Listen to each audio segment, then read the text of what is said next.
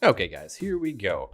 Putco third brake light install. Tools needed for this install are drill and drill bits, electrical tape, a pliers, a wire cutter, a flathead screwdriver, and a metric ratchet set.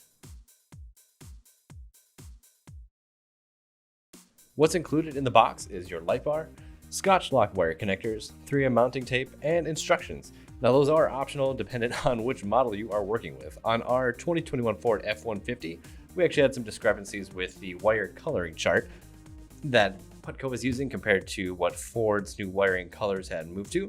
So stay tuned and check that out because it really threw us for a loop, but we still got to figure it out in the end. Here we have Kenny unboxing our brand new Putco light bar. Everything's packaged nice and neat. First step, we're going to go ahead and cut the red wire attached to the driver box. And you can use a lighter or a heat gun, which is a little bit more recommended to shrink the heat shrink around the wire.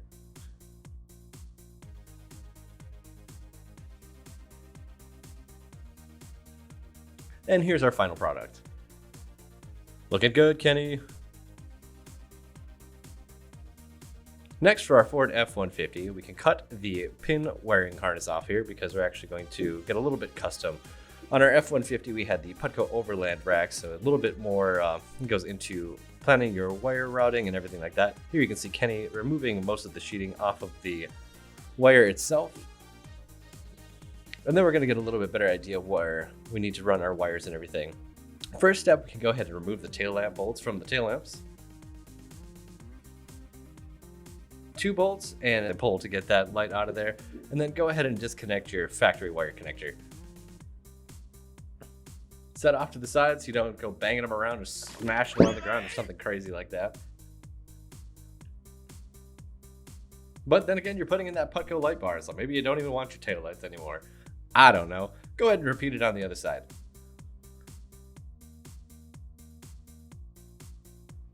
Now here we're watching Kenny mount up our driver box. Just want to make sure we have good clearance behind the tail lamp when this goes in. You don't want it to run into any clearance issues where it's not letting the tail light actually seat in that opening itself. That wouldn't really be what we wanted, now would it be?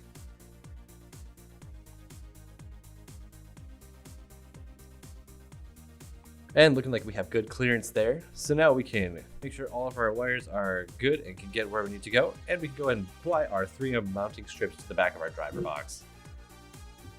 The only thing you're going to notice is that they're terrible to get the 3M backing off. But that's good because you know what? That's just good double-sided tape right there. That's what that is. That's all you really need. Go ahead and slap that guy inside the tail lamp housing.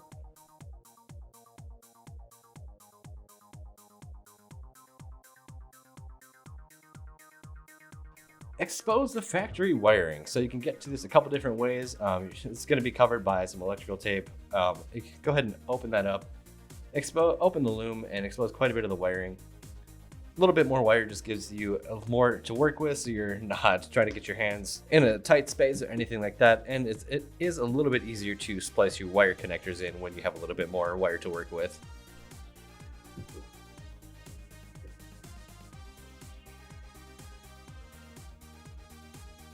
Go ahead and center your light bar wherever you're going to be mounting it. On our Putco Overland rack, it fits really nicely right in this top channel. And here we're just centering it, making sure that it's going to be looking good when we're all finished up with this. Here we're getting a good idea of where we're going to put the hole for the wire routing. If you don't feel like drilling holes, I can always run wire through the outside, but that can look a little messy. So we decided to drill through our brand new Putco Overland rack. Just slap right through it. What finish? Oh my gosh, they're just augering it out. You know, we didn't have a drill bit big enough for this, so we just had to make use of what we had. Here we go, working our connectors through the hole here. And you can begin to slowly feed those down the rack, if you have a Putco Overland rack, and to the exit for the stake pocket hole.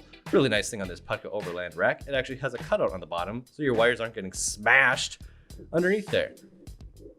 Makes the routing really nice and easy, and makes your life a little bit better, which is never a bad thing.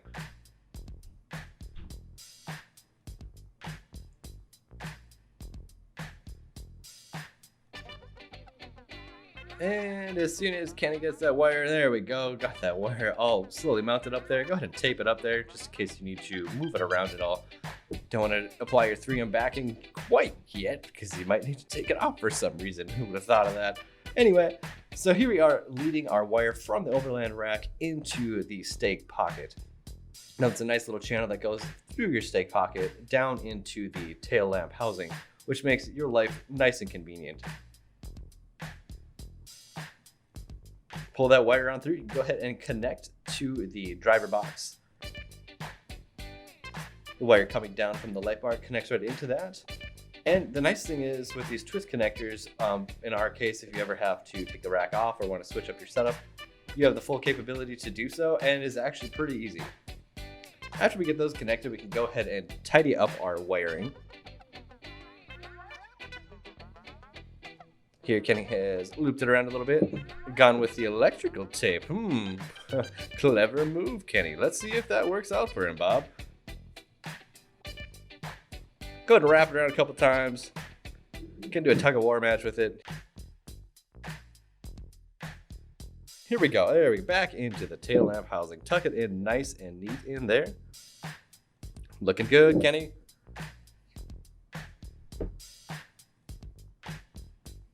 And before you decide to final tighten your rack down, you want to make sure that your wires aren't getting pinched. When stuff's moving around, it does have a tendency to shift. And you just want to make sure that the wire of the loom, there's a lot going through there, that it all has been pushed into the channel. Flathead screwdriver works really good to position it in there. If you're all good to go, you can go ahead and tighten your rack down. Now, to get through our hole that we drilled through our brand new matte black Overland rack, we slotted a grommet to actually get around the wire so you don't have to worry about running the entire wire through. Makes it nice and easy, so as you can see, Kenny can just slip it right over the wire here and work it into our not pre-drilled Kenny drilled hole. Go ahead and work the grommet in there. And this is going to keep your wire nice and protected so it's not running into that edge towards there, and a little bit more weatherproofing so there's not water coming into your rack. Once you get that grommet in, here's a good chance for you to get all the wire pushed through.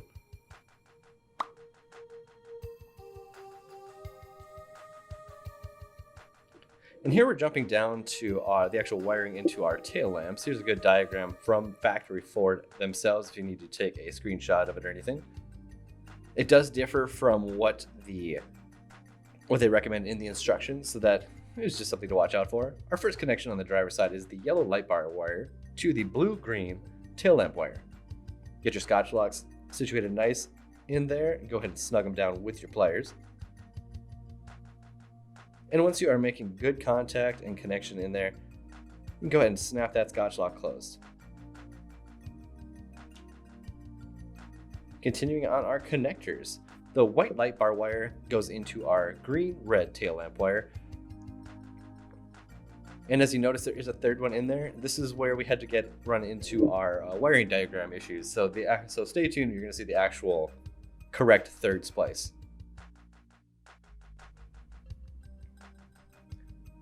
And our final connection is our brown light bar wire to the white-green tail lamp wire. Set up like this, you do have two options in the F150, either a dedicated tail lamp running light or a functional brake light. Turn signal, so we went for that option. After your wiring connections are all completed, you can go ahead and wrap your wire loom around your factory wire, covering up as much of the exposed wire as possible just to help keep out elements and everything like that. Grab your electrical tape, go ahead and secure it down. Don't necessarily have to be this fast, but if you can keep up with Kenny, kudos to you.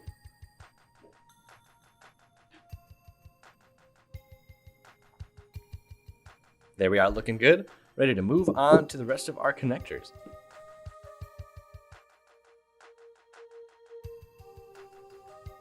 At this point, you're going to want to run your red and black light bar wires down the back of the tail lamp housing. You can also run the green wire down at this time as well.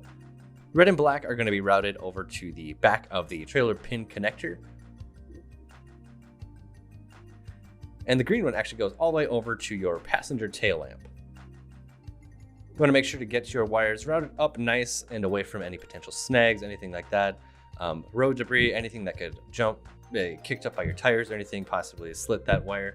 Another option here is if you have additional wire loom, pick them up at a parts store, anything like that, you can wrap the wires and give yourself another layer of protection, which is always good when wiring can be exposed. Because the last thing you want your brand new light bar to do is be sliced open by a rock kicked up from your tire. That's not what you need. So here Kenny is using some of the factory wiring routing locations as kind of a guide for his wires. And the green one here he is getting over to the factory tail lamp itself, pulling your excess wire up all the way through. Looking nice and neat underneath there.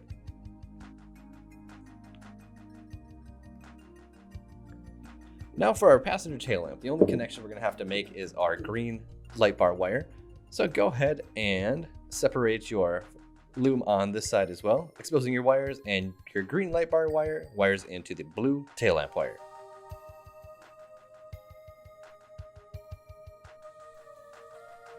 Go ahead and cut off your excess. No need to have such a long wire hanging out behind there. And once you have everything cut to proper length, you can go ahead and use your provided Scotch locks, make your connection. And as long as we're looking good there, go ahead and close it up.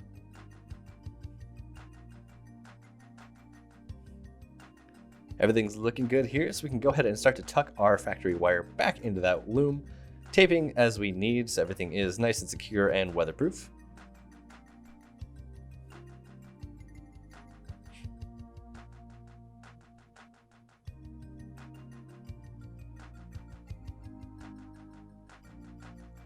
Now back underneath for our red and black wires, those are going to be routed to our trailer pin. So as you can see, first remove that out of your factory bumper. Just a couple of clips on either side will help you get that out. And route your Putco wires through the opening and pull all of the excess wire through. And carefully open up the factory loom on the back side here, giving yourself a little bit more room to work with.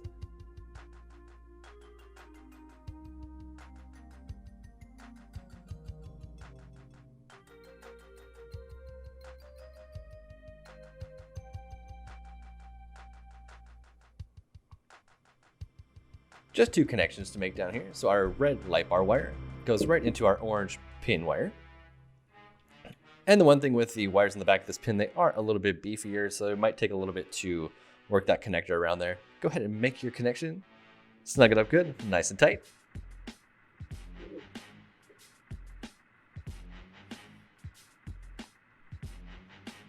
And our last connection is going to be the black light bar wire into the white pin plug wire.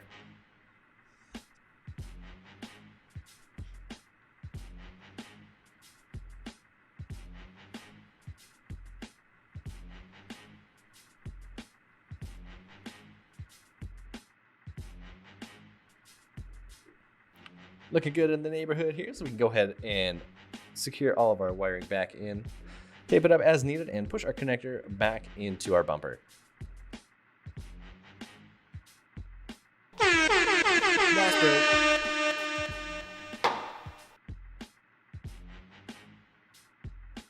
We can reconnect our taillights to the taillight harnesses and press them back into the opening of your pickup box.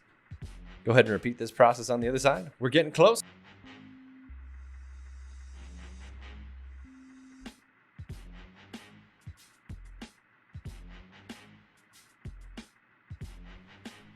There is one last connection we do have to make for our light bar to provide correct power, and that's the bridge wire underneath our dash itself. So you're going to look underneath your dash and there's two connectors under there, a gray one and a black one.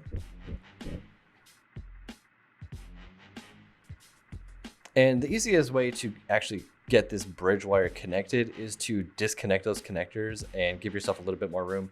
At first, we were trying to do it with them connected, and there's just not a lot of hand room under there, so this will give yourself a little bit more hand room. You're going from your blue wire from the gray connector to the orange wire on the black connector. Now, this is specific to 2021 F150 models, so this might not be the same case with everything, so there's something to keep in mind there.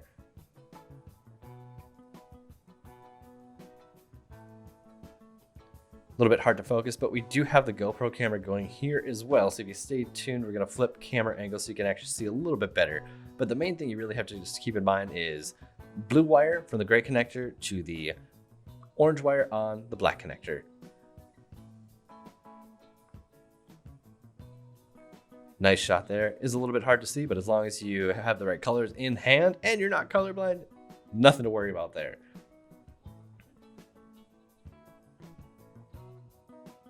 Nice little still shot just in case you need to take a screenshot yourself. And once your bridge wire connection is made, you can go ahead and reconnect your plugs up underneath the dash.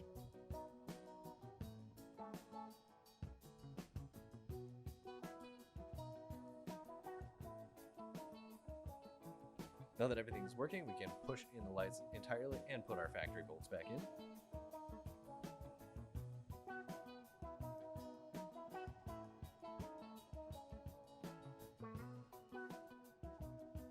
Now that everything is all connected, we can remove our 3M double-sided tape backing, permanently seal this Putco Lightbar onto our Putco Overland rack, and there we have it.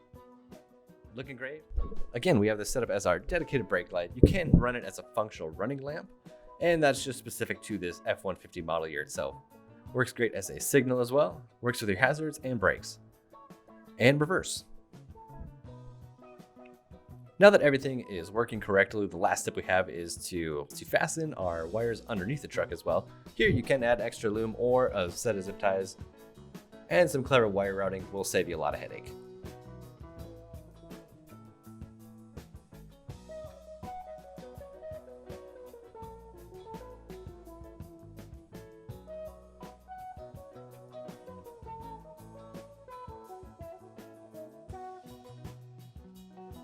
And there we have it, guys. Putco Lightbar is installed and looking great.